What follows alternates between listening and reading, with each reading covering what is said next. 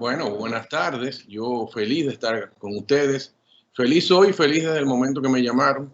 Obviamente les reitero siempre que llamarme de la vez es como llamarme de mi casa. O sea, me siento como que soy parte de Eucatesi, de todo el equipo de profesores y de ese grupo de estudiantes dinámicos que siempre nos dan sorpresa por su compromiso con lo mejor de la arquitectura dominicana. Y además, también debo reconocer que me siento a gusto porque estoy compartiendo el espacio con dos colegas que admiro muchísimo, cada uno en su área, y que han aportado y que siguen aportando mucho a la arquitectura dominicana del presente, tanto por su conducta profesional como por su obra realizada. O sea, los dos son Sonia y Daniel Pons son, además de colegas, debo decir que fueron alumnos míos. Daniel Pons fue del primer grupo de estudiantes que yo le di docencia en la UNFU. Fue acabadito ya de yo iniciar la docencia, ese grupo me tocó y ahí tuve que ponerme los pantalones para enfrentarme a estos muchachos revolucionarios. Y son ya más joven, y es bueno decirlo. Después le di clase en la UNFU también y hemos sido colegas en muchísimas componendas.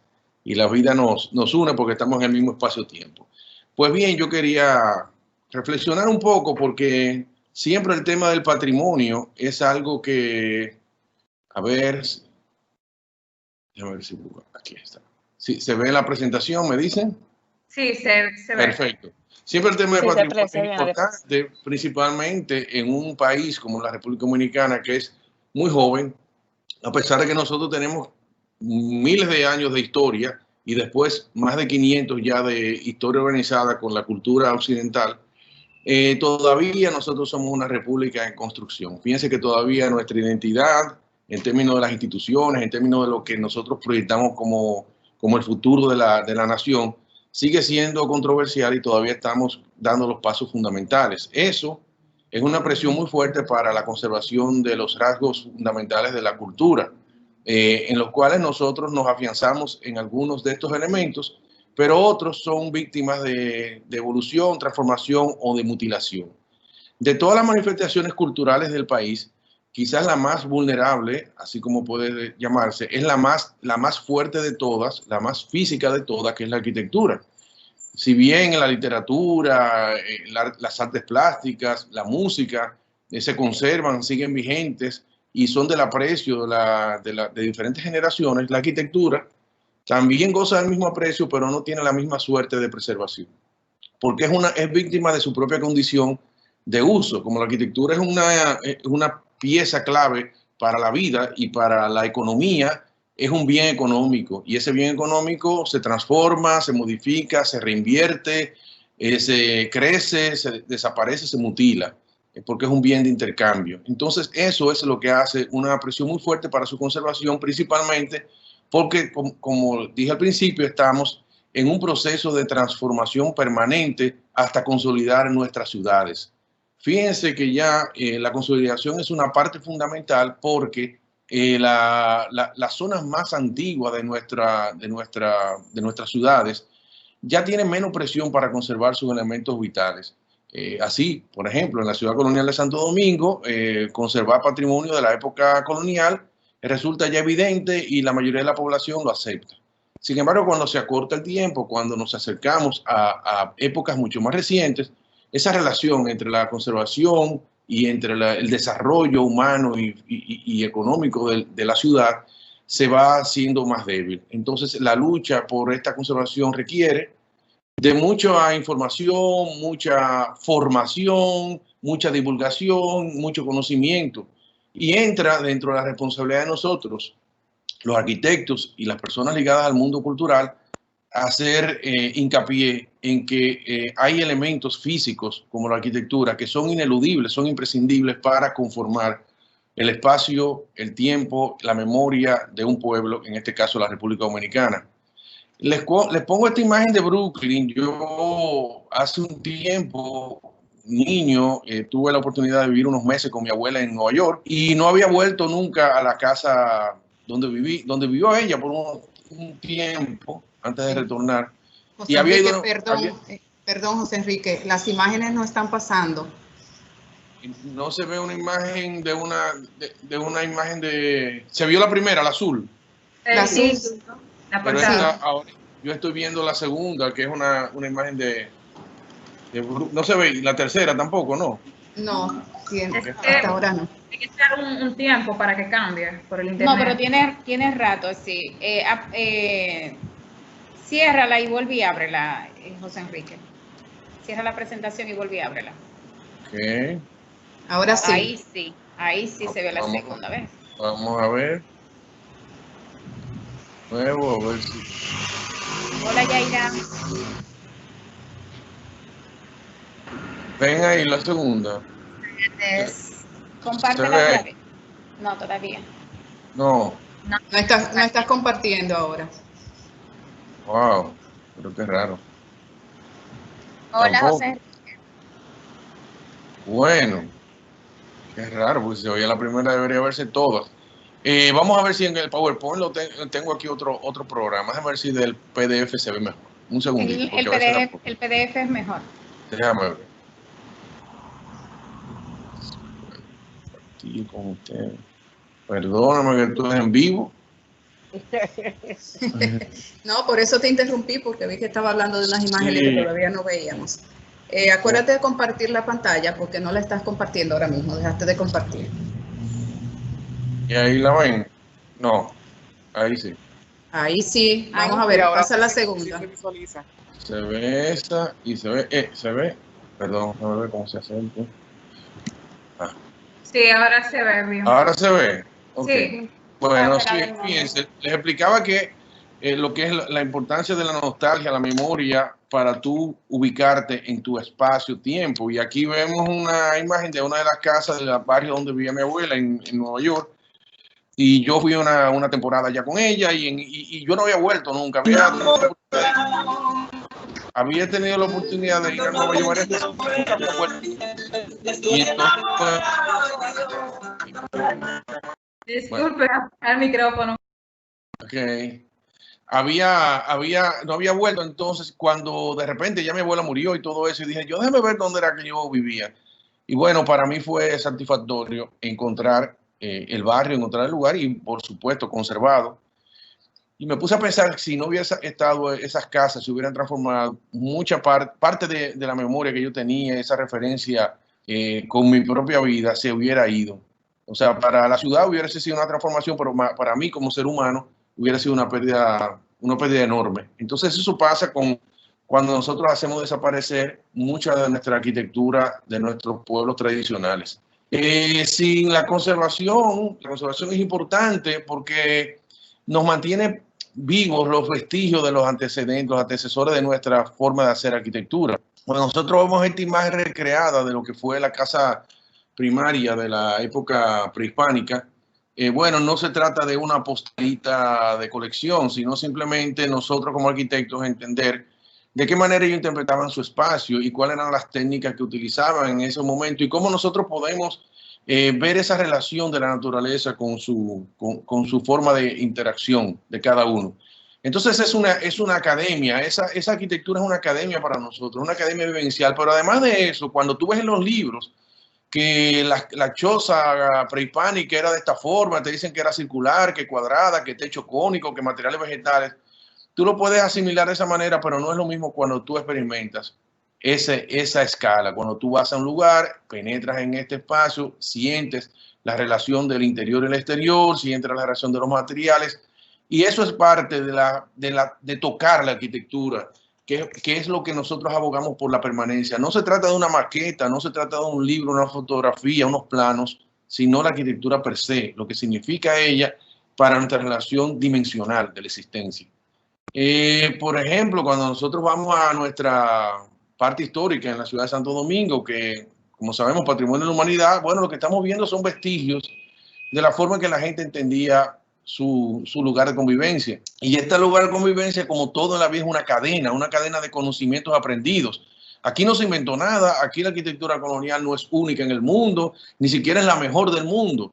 Es parte de un proceso de la misma arquitectura en el cual los conquistadores trasladaron esos conocimientos a la República Dominicana, pero hubo una parte importante en eso que es la adaptación. Entonces ahí viene la suma para ese mismo engranaje de lo que tú traes y lo que nosotros podemos aportar, ya sea con materiales, mano de obra, dimensiones, escalas, alturas, etcétera, y transformaciones. Cuando nosotros penetramos esta vivienda, no estamos admirando necesariamente la forma en que construyen y la forma de los elementos, sino quizás recrear lo mismo que me pasó en Nueva York, buscar esa esencia de lo que fue la vida de un momento determinado de la historia y saber que yo provengo de esa misma experiencia que tuvieron anteriormente.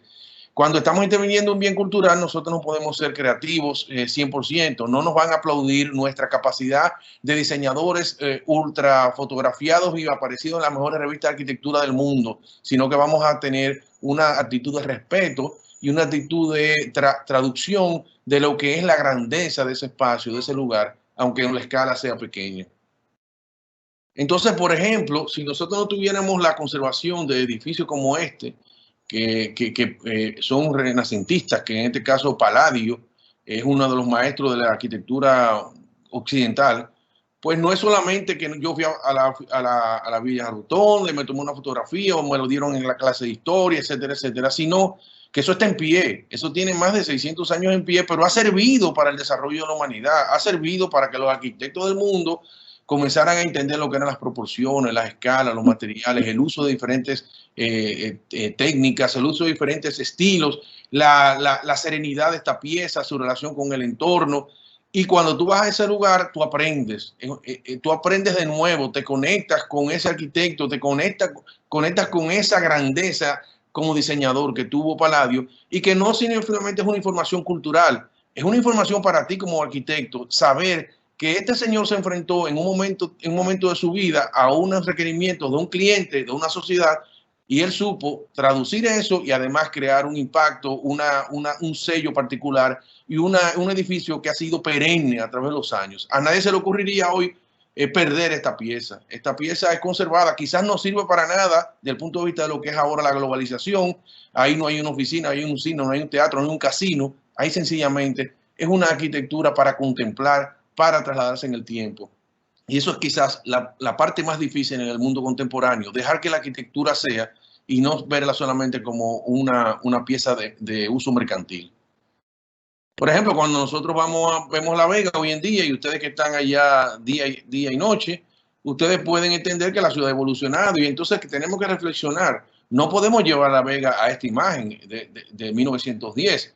Obviamente esa imagen nos da a nosotros cómo la gente entendía su ciudad, cómo eran las grandes edificaciones. Para ese público que está ahí en esa calle, la casa de la derecha era un palacio y las casas de 2 pisos eran enormes. Esa escala ha cambiado para nosotros. La relación de lo que es el espacio público con la vivienda también ha cambiado.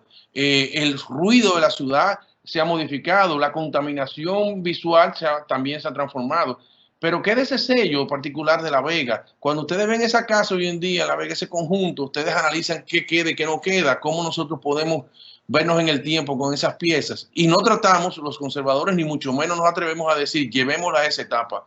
Vamos a buscar todos los elementos para tratar de recrear esto en el tiempo en que fue. No, sino saber que podemos seguir interviniendo la ciudad desde el presente, pero reconociendo las enseñanzas de lo que está previamente a nosotros. Hay piezas que son imprescindibles, fundamentales, y no deberíamos eliminarlas. Y si la vamos a eliminar por alguna razón, entonces nosotros tenemos que saber que en esa época de 1910 había una coherencia, había un respeto por las piezas que componían el conjunto y que nosotros como arquitectos no debemos ser las estrellas de ese conjunto, sino un tamiz un poco más humilde y hacer muy buena arquitectura, pero reconociendo lo que existe.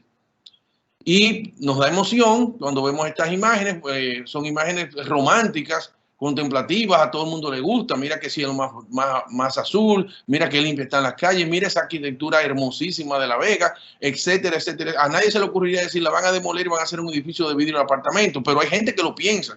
Hay gente que dice que eso no sirve para nada, que eso no es importante para la evolución y la economía de La Vega del presente, que ahí podría haber una arquitectura de hoy y esa arquitectura podría ser tan buena como la que había. Y viene entonces el enfrentamiento de siempre, el enfrentamiento de lo que estuvieron, lo que estuvo y lo que va a haber y lo que debería suceder. Y yo les diría que no debemos sucumbir a esta presión que es propia del mercado, sino que tenemos que poner ante todo lo que es la fuerza cultural de un pueblo. O sea, La Vega es La Vega porque tiene rasgos fundamentales que son propios de La Vega. Aunque la arquitectura pueda parecerse a cualquier otra arquitectura de la región del Caribe o incluso de la República Dominicana, el hecho de que exista un edificio como ese hace que La Vega tenga una identidad, hace que La Vega sea un espacio común para todos, hace que se genere un sentido de orgullo. Y aunque esa casa hoy en día no sirva para nada desde el punto de vista, como he dicho, el uso actual, para nosotros sí sirve porque es una parte de nuestro espíritu, es una parte de nuestra forma de ser y de nuestra forma de sentir el presente. Y nos duele cuando suceden estas cosas. Por ejemplo, en Santo Domingo, un vestigio de lo que fue la casa de Amadeo Rodríguez en la 30 de marzo. Fíjense que era una quinta de las que se hicieron mucho en la zona extramuros, en Gascue. Y tú te vas a la época y te das cuenta que había una persona que tenía primero buen gusto y además tenía capital, porque es una casa con una escala importante. Pero verla de esta manera, como está en la fotografía de abajo, abandonada y lista para ser demolida, porque la gente no respetó nunca lo que encontró y la transformó, la modificó, y no aparece un doliente que la quiera conservar. Bueno, entonces nosotros ahí todos nos preocupamos, lloramos y decimos, no es posible volverla a darle su dignidad, no es posible rehusarla, es necesario eliminarla para que la vida siga y para que la ciudad sea productiva.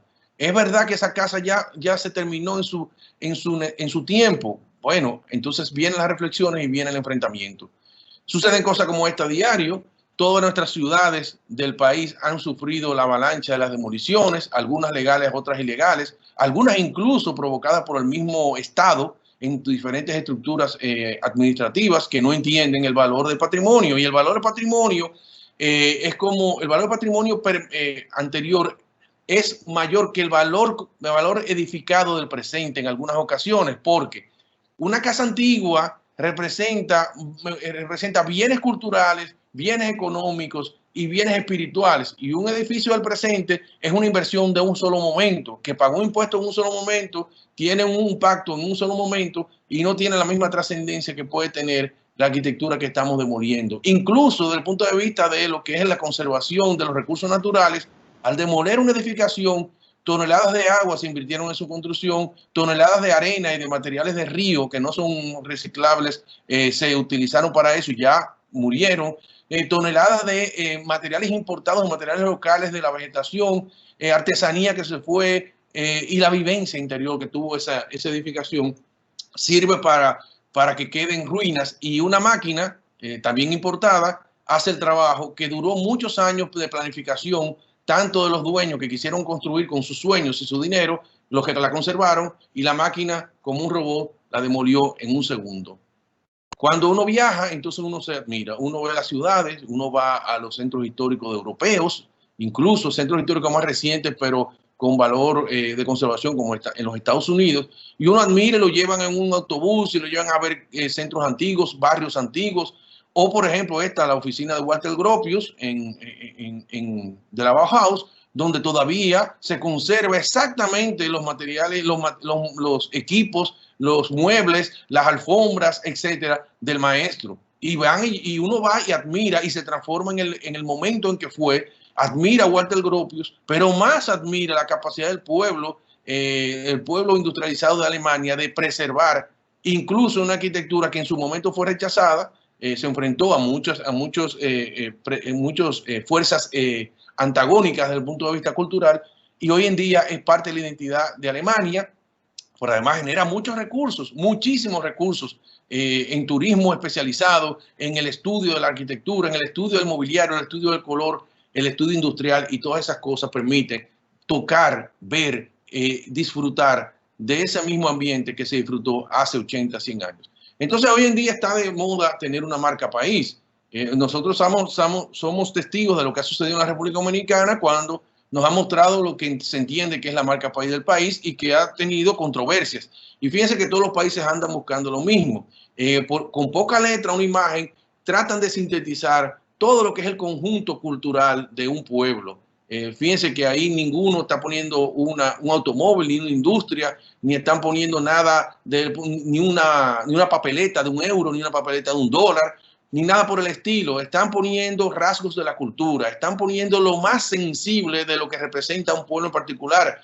la estrella de Chile que está en su bandera y que significa lo austral, Perú con esa espiral que es milenaria antes de que llegaran los españoles, y así sucesivamente. Vamos a ver todo como Canadá utiliza una hoja que está en su bandera, y todos van a ir buscando Bahamas con una serie de puntos de colores que son las miles de islas que la conforman, y así sucesivamente vamos viendo que esa identidad está centrada en los valores intangibles de un pueblo, y dentro de esos valores intangibles está lo que representa la arquitectura de un pueblo. Entonces, cuando vamos a buscar marca país, no solamente podemos estar hablando del merengue y la bachata, no solamente estemos hablando de un mangú, no solamente podemos estar hablando de algunas figuras representativas. Está la arquitectura dominicana y la arquitectura más representativa de cada parte de la nación.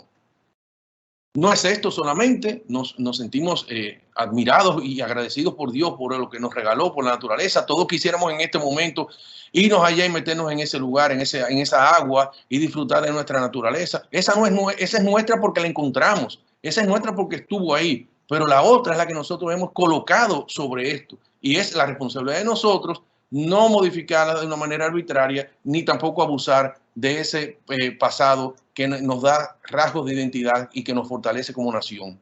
Aquí hay casi terminando, aquí hay una reflexión que a mí me llegó en estos días, circuló en internet y resume lo que significa lo que es la cultura, lo que es la arquitectura para nosotros de valor. Y dice, si usted tiene un pan y yo tengo €1, y yo voy y le compro el pan, y yo tendré un pan y usted €1, y verá un equilibrio en ese intercambio. Esto es, A tiene €1 y B tiene un pan. Y a la inversa, B tiene el pan y A el euro. Este es, pues, un equilibrio perfecto. Pero si usted tiene un soneto de Verlaine o el teorema de Pitágoras y yo no tengo nada y usted me los enseña, al final de ese intercambio yo tendré el soneto y el teorema, pero usted los habrá conservado. En el primer caso hay equilibrio, eso es mercancía. En el segundo hay crecimiento, eso es cultura.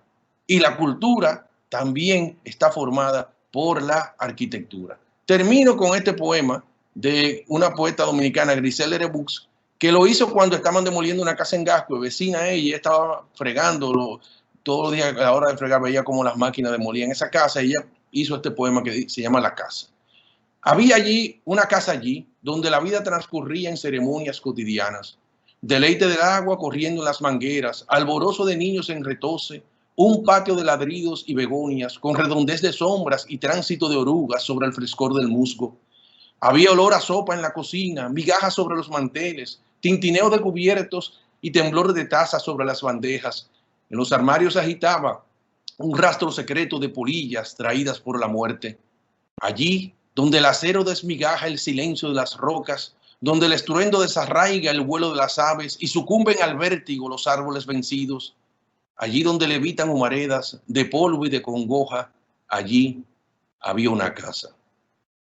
Muchas gracias por la oportunidad. Con esto termino. Muchísimas gracias, José Enrique. Usted en este corto tiempo nos ha lanzado al pasado. Así que, chicos, vayan comentando sus preguntas al chat del tema que nos acaban de exponer.